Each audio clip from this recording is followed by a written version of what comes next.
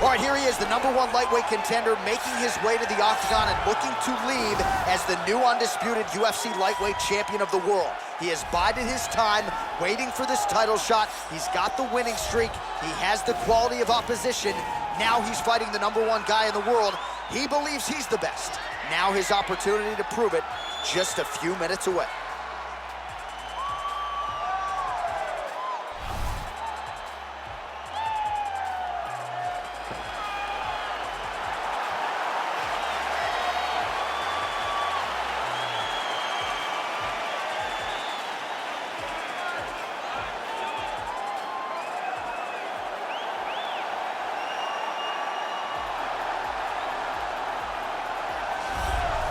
All right, here's the UFC lightweight champion of the world defending his belt yet again. This has been one dominant 155-pound fighter, ladies and gentlemen. You know this is a belt that frequently changes hands. Well, it hasn't since it's been wrapped around this guy's waist, given all the skills he brings to the table. The question is, fighting a challenger like this, can he hold on to the belt?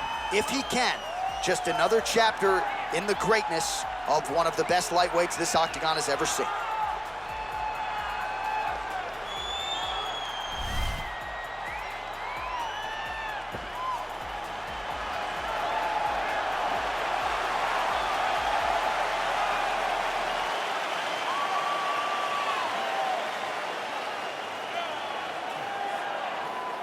And now our tail of the tape for this lightweight scrap. So 2 years, the gap in age, with some differences in height and a similar reach. All right, now to get us started, here's Bruce Buffer. Ladies and gentlemen, this is the main event of the evening. When the action begins, our referee in charge of the octagon, Herb Dean. And now, this is the moment UFC fans around the world have been waiting for. Live from the MGM Grand Garden Arena in Las Vegas, it's time! 5 rounds for the undisputed UFC Lightweight Championship of the World. Introducing first, fighting out of the blue corner. This man is a mixed martial artist, holding a professional record of 16 wins, 4 losses. He stands 5 feet 6 inches tall, weighing in at 135 pounds. Fighting out of Long Island, New York, USA, presenting the challenger, Merab the Machine Dvalishvili. And now, introducing the champion, fighting out of the red corner. This man is a wrestler, holding a professional record of 24 wins, 1 loss. He stands 5 feet 10 inches tall, weighing in at 155 pounds. Fighting out of Makhachev, Russia, All right, this is for the presenting championship. You've been given the the instructions in the dressing room to reigning, protect yourself. defending, Follow my instructions. You will have a clean fight. undisputed Touch gloves. UFC lightweight champion of the world. Ready. Ready to fight. Round 1 is underway between one of the more well-rounded fighters in this division and maybe the best grappler in this division. Going to be interesting to see how it plays outside. Yeah, you would think that he would just avoid grappling at all costs because he seems to have a clear advantage on the feet. But we've seen guys fight with their egos before. Let's see how he approaches this matchup. Now he engages in a Muay Thai clinch. You better protect that head. Great job securing the Muay Thai clinch. Watch for big knees to the body and eventually. Oh, and now the hip toss in a great position, not roll out damage. He did a great job of stepping all the way across to get that hip toss. Now look for him to start chasing down a submission. Good movement by him here, transitioning very well on the ground zone. Step for step, he's staying with his opponent in every transition. All right, side control now. Oh, he's got the knee on the belly. Could be trouble defensively.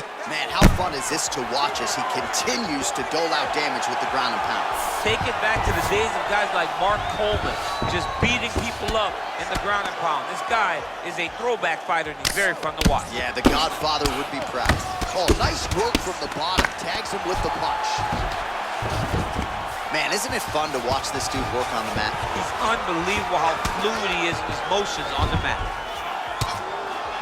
Oh, his opponent squirming like a fish out of water now. The ground and pound is on point. This could very well be the beginning of the end. This could be the beginning of the end. We've seen some really good ground and pound fighters. This young man is as good as any we've ever seen. Well, you got to be working off of your back. He's certainly doing so here. Nice punch. Well, there are few things more fun to watch in mixed martial arts than these type of transitions and scrambles on the ground. High-level grappling can really be entertaining. Back mount now. Well, anytime you are in a ground fighting situation with this fighter, you're potentially playing with fire. Man, this is some serious ground and pound. He's trying to put this dude's head like through the canvas. He's one of the better ground and pound fighters we have in the entire UFC, and you're seeing why. Oh, nice job here staying busy off of his back. Nice offense from the bottom. All right, he's very comfortable fighting off his back, DC. Now looks like he's trying to hip escape. Yeah, he's trying to hip escape or maybe look for a Kimura here. Oh, nice job to reverse position on the ground. It was bad, but now it's not so bad. What a fantastic sweep. All right, he's got the full mount now. Is this one of the most dominant positions in MMA? Is that fair to say? It's a very dominant position. It's one of the most ideal positions you can get to, especially if you are fighting someone that doesn't truly understand that they're not in as much danger as they are. Because it's dangerous, but there are a lot of outs. And if a person isn't very understanding of that, then you can really, really put some damage on them.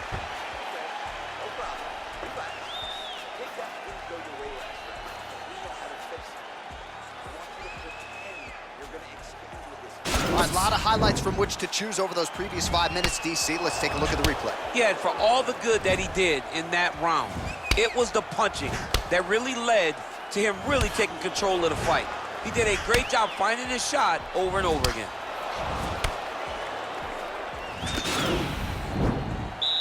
Ready to fight? Ready. All right, let's get to round 2.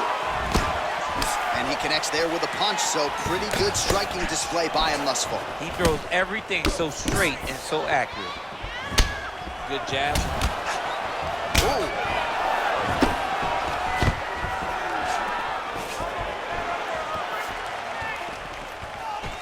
Got the single collar tie. And he's looking for that left hand, just missed. Well, just exhausting watching some of these takedown attempts. He's unable to get it there. And he's attempting them over and over again. How long before he gets discouraged and accepts that this is going to be a stand-up fight? Ooh, big shot land. Some nice back and forth action here. All right, he engages in a single collar tie here. Oh, man, look at that. It's in there deep. There you go. Oh, nice.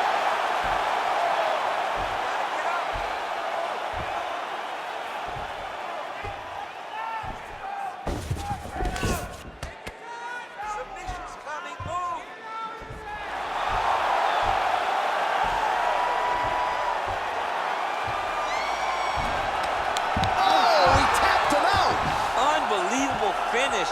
He got a flying triangle to finish the fight. Likely a $50,000 bonus to go with it. Oh! Woo! What a performance!